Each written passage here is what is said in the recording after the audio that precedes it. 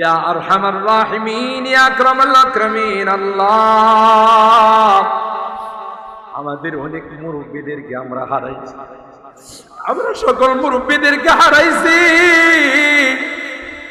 ওখরে বাঙ্গালকে আর কোনদিন দেখব না, রাইসুল মুফাসসিরিনকে আর কোনদিন দেখব না, মুফতি আজম মুফতি নুরুল্লাহ রহমাতুল্লাহ আলাইহি আর কোনদিন দেখব না, আল্লামা সিরাজিকে আর কোনদিন দেখব না, আল্লামা রহমতুল্লাহকে আর কোনদিন দেখব না। আল্লাহ,